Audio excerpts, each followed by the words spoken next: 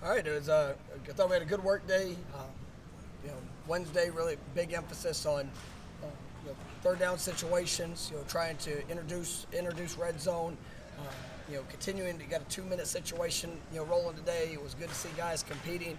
I thought we had good competition on both sides of the ball. You were still getting a lot of good on good work, just to keep the speed and guys that are pushing to define what their role is going to be come Saturday night.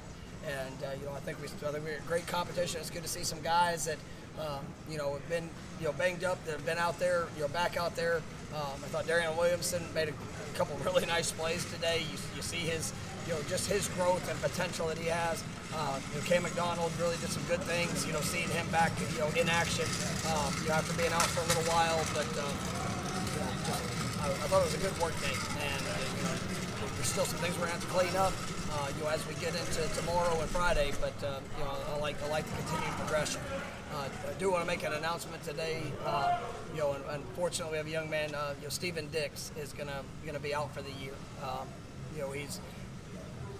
Stephen's been a great player and teammate. In regards to the things that he's had to go through and the things that he's had to do to work and really respond to a lot of adversity that's shown up over these last few years. Played a ton as a true freshman. Last year was more in a limited role, and but I really like the growth that I've seen. And unfortunately, he's not going to be available here for this year due to injury. And so, it's one of those things that sometimes just a part of the game, but it's going to continue to call on the guys that some of the younger guys. We've talked a lot about that linebacker group, but like guys like Omar Graham and Brennan Gant, they're going to have to continue to step up, and I'm seeing them respond and do that. And so, unfortunate for Stephen, but definitely looking forward to his future. With a guy like Williamson, how good can he be if he's able to string together practices and that's work? That's the thing that I want to see. And unfortunately he's been I think I mentioned at the beginning of fall camp, he was involved in a slight car accident that kept him for that first week, and really came out and had some incredible practices. Then was unavailable for a little stretch, and you've seen him get back and really get back in the flow of it, continuing to make those plays. I mean, he's somebody we were really excited about coming.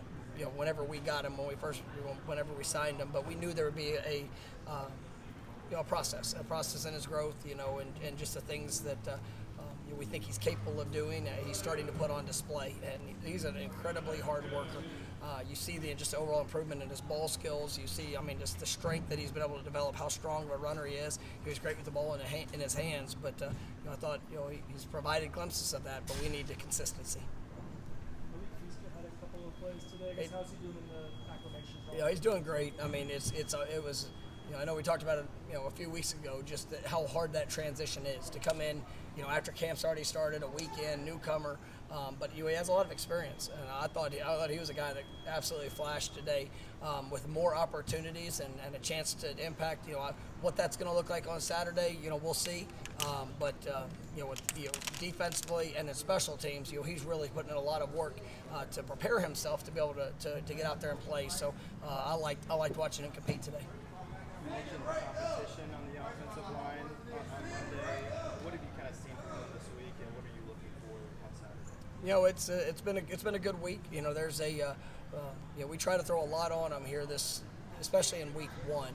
Just the variety of looks that we could see. You can go back and you can watch every game from this last year, whether it's the defensive coordinator or watching that came from Cal U. You watch all of Duquesne, you get a sense of the personnel, who they're going to be going against, and then you really have no clue of what to expect, based off how that transition is going to go. So we tried to throw a lot at them, present a lot of different looks, and so it's just that consistency and communication, and guys competing to be able to execute at that consistent basis.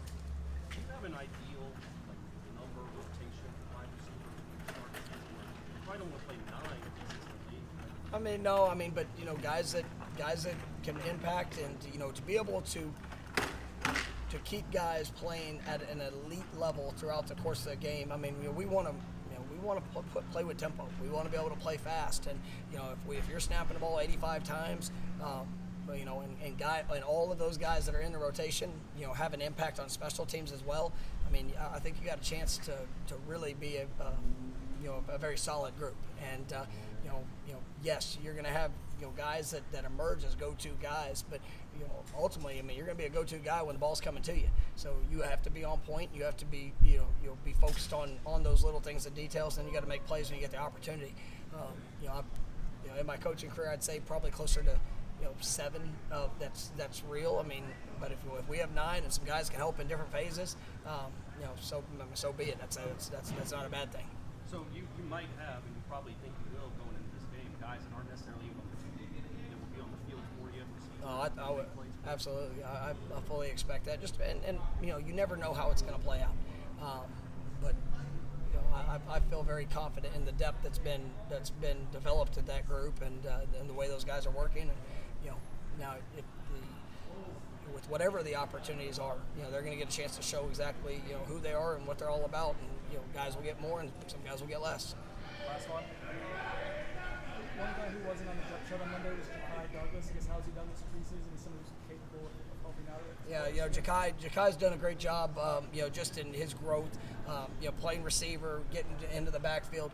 Got banged up a little bit in one of the scrimmages, so he's not going to be available here this week. We feel that he'll be back soon, but it's one of those just unfortunate things that he did get banged up, and obviously that's why he's not on the depth chart.